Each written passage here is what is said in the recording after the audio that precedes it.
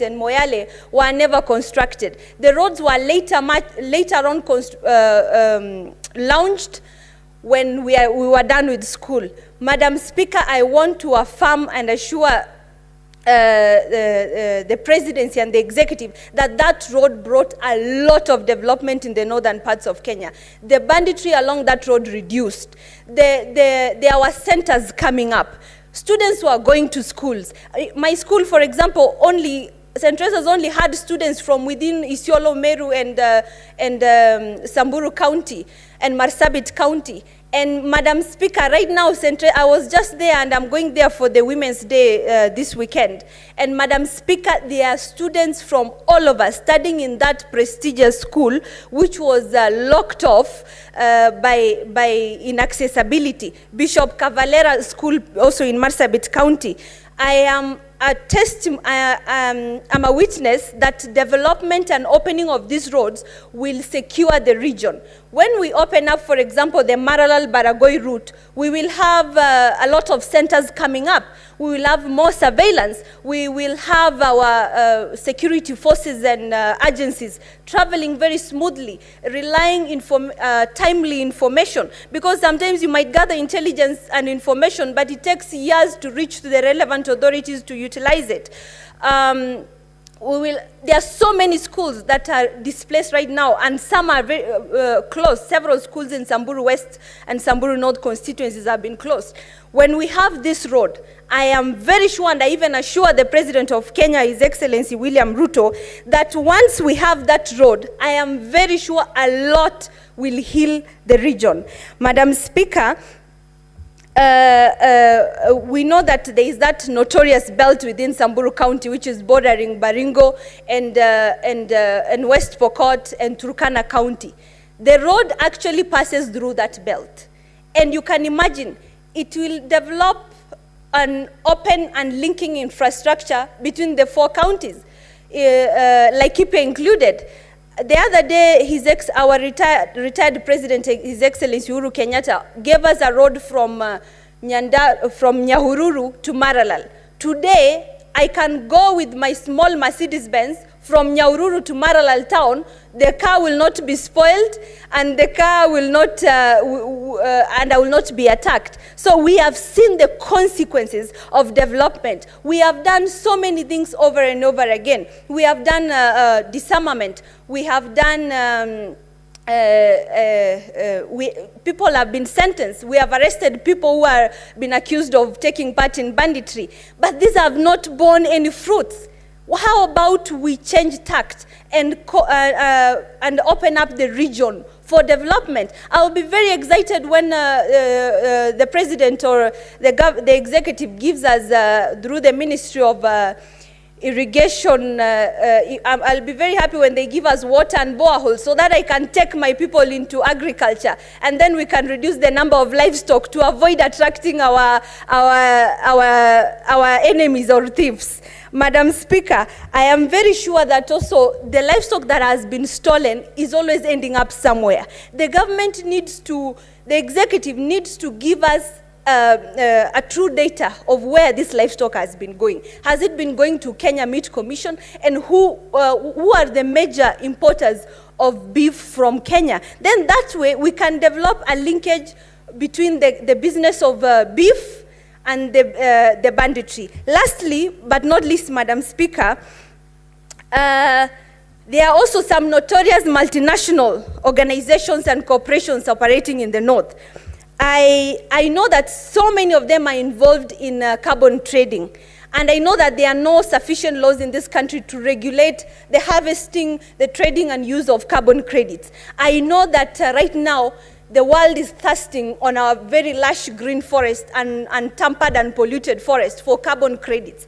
When the government regulates this multinational corporation, which I will not be surprised, will have a very huge stake in the grabbing of these lands and encroachment into the pastoralist land, leading us to squeeze our livestock and operations within very small constricted spaces, and we are not used to that. Madam Speaker, I want the government to I want the government to ensure they have very serious surveillance on this multinational corporation, and in that regard, they should be operating within a certain limit. And I end by saying that Kenya is a sovereign state and must be treated and respected as such. Thank you, Madam Speaker. Senator Hezena, thank you for your contribution. The Speaker is still pondering over your small Mercedes-Benz. Yes, Honorable Senator. Senator, I see there are no other senators who would wish to contribute to this motion. I would now want to invite the mover of the motion to reply.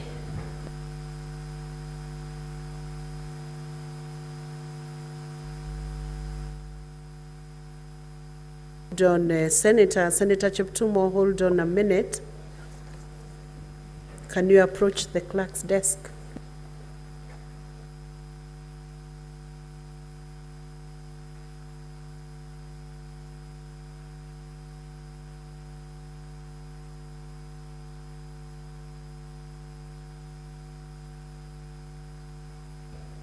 Madam Speaker, given the importance of this motion, my two colleagues have walked in also, and one of them actually is a member from some of those areas which are affected by cattle rustling.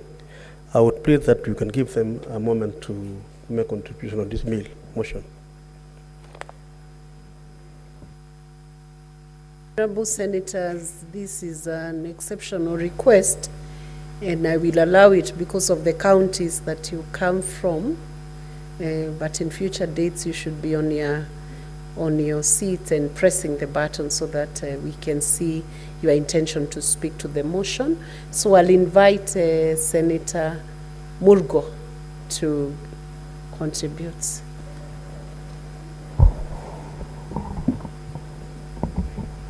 Thank you very much, Madam Speaker, for giving me the opportunity to be able to add my voice to those of my colleagues. This situation and subject has been a subject that has been, I'm sure, in these corridors and houses, both houses, and in our minds for a long time, in addition to being news here and there. But at this time, I would wish that something and a different approach be used to be able to really cap this thing down, if not stamp it out to be a thing of the past. Because this situation has affected a lot of lives negatively. It has made it impossible for children to go to school. It has shifted situations from one side to another. You can imagine a family that is just made to move from their home. You think of children, you think of women, you think of situations, pregnant women and so on, that have to move out of their homes and relocate into a situation that is unknown and is unusual or strange or new to them, and the health hazards therein. You talk of sometimes being in the cold, sometimes being rained on, and sometimes going without food, because movements make food situations be unstable. And therefore, a lot of sufferings physically has actually been realized by these people from time to time. And why I say that it should be a thing of the past is because it may be thought to be traditional, but it is no longer a tradition now, because it is actually graduating into many new situations and settings. For example, it is graduating into land issues, which wasn't there before. It is graduating into material things, such as whatever is available in an area. One group or one community claims or terrorizes the other to be able to benefit from whatever is available in a given area. Grass and water used to be a very common source of conflict, but it is not that now. It is different. And then you find that there are even senseless killings, that people just get killed for no reason. You can imagine somebody riding on a motorbike and gets killed on the road or a path just like that, not having a goat, not having a cow, not having anything, and they don't even take anything. They just kill and walk away. So the government should take very serious measures at this point so that this thing becomes a thing of the past. And some of the measures that, in my opinion, will work is development, because when we look at it, those of us that have grown in areas such as these ones, we were left behind, we were neglected, and we were just left on our own by the colonial administrations and also our own governments after independence. So things such as emphasis on education has not been with us, and so we are now kind of waking up for the first time into children going to school, but there is really no urge from family entirely that all children should go to school.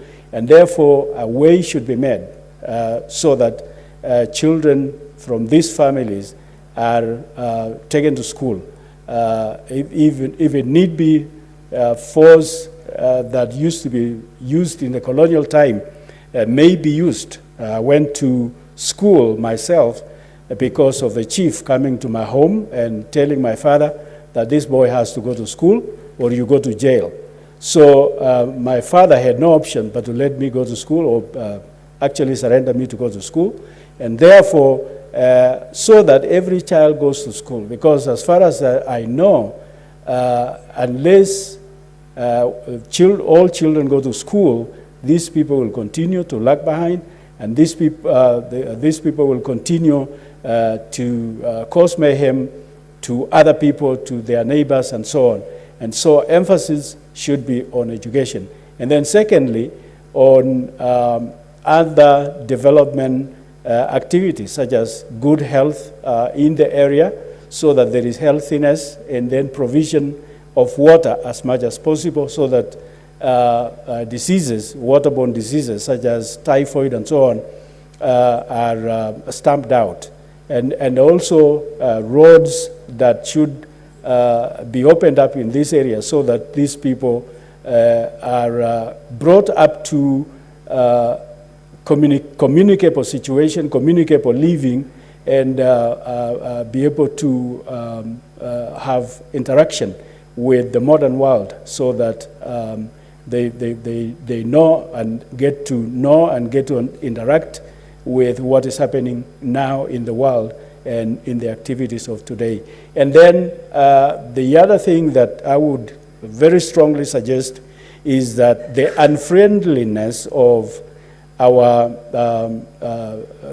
forces, be it police, be it KDF, and the old unfriendliness should be eradicated, so that these people are made to feel that they are part of Kenya and part of the government, part of what is likable, not to give the old perception that they are all thieves and condemned wholly, like my community, the Pokot, are sometimes condemned very wrongly, and that every Pokot is a cattle rustler. But it's not the case. It is just a few individuals that practice it, and if the help from the community and from the leaders and from everybody else is not sought, so that there is a compound effort to put together, so that everybody contributes and plays a part in stamping out this situation and bringing the communities that border together. It will be something that it will not really be good if our forces use force. Force will never work, but friendliness and put really things that will bring about development, and so that they are part of a process that will participate in development, unlike what it has been in the past. And I, as a believer, I also would like to say that Honorable Senators, it is now 1 p.m., time to adjourn the House. When this motion resumes, our Honorable Senator Mulgo will have 6 minutes to conclude the debate, to conclude his contribution. The Senate for now therefore stands adjourned until later today, Wednesday, 6th March 2024 at 2:30 p.m.